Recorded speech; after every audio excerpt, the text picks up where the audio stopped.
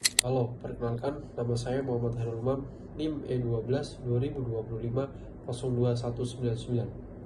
Dalam video ini, saya akan mempresentasikan proyek UAS dengan mata kuliah Biologi dan Fisiologi dengan topik analisis mekanisme fisiologis kelelahan kerja pada pekerja barista.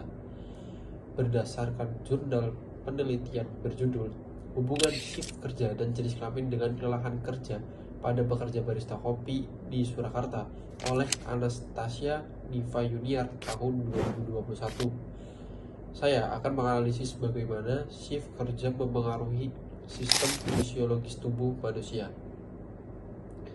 Pada hasil penelitian menunjukkan bahwa 71,1% pekerja shift sore mengalami kelelahan sedang hingga tinggi.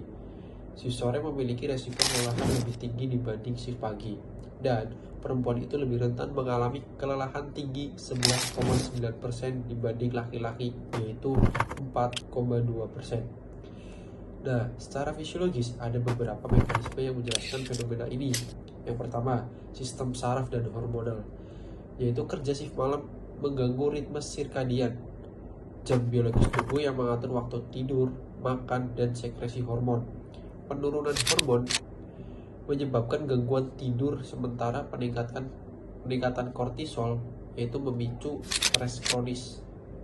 Yang kedua yaitu sistem muskuloskeletal, yaitu posisi berdiri statis selama 8 jam menyebabkan akumulasi asam laktat pada otot punggung dan betis. Bekerja terus-menerus untuk menopang tubuh menyebabkan kelelahan otot dan pegal-pegal. Berikut adalah hasil wawancara dengan salah satu responden yang menjadi bagian sampel penelitian. Untuk memahami lebih dalam dampak fisiologis ini, saya akan mewawancarai barista kopi sektor 1. Dari sini. Halo Kak, perkenalkan dengan kakak siapa? Risa. Kakak Risa. Sebagai barista nih Kak, kakak ini punya gejala fisik yang kakak rasakan nggak ketika shift pagi dan shift sore? Ada. Apa itu Kak?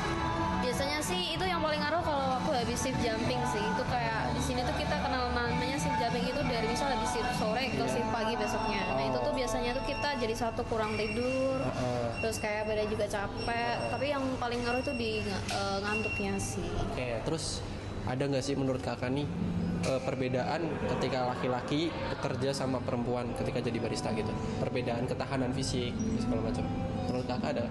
Kalau di sini karena di sini juga flow-nya rame ya, jadi kita sebenarnya sama sih semua. Cuman di sini karena dengan flow yang rame gitu, mungkin kalau yang ngangkat-ngangkat berat gitu lebih diutamakan ke pria gitu. Oke. Kayak gitu. Jadi mungkin perbedaannya di alat yang berat, ngangkat-ngangkat yang berat gitu sih. Oke, cukup ya Kak. Terima kasih atas sharingnya. Ya, sama-sama.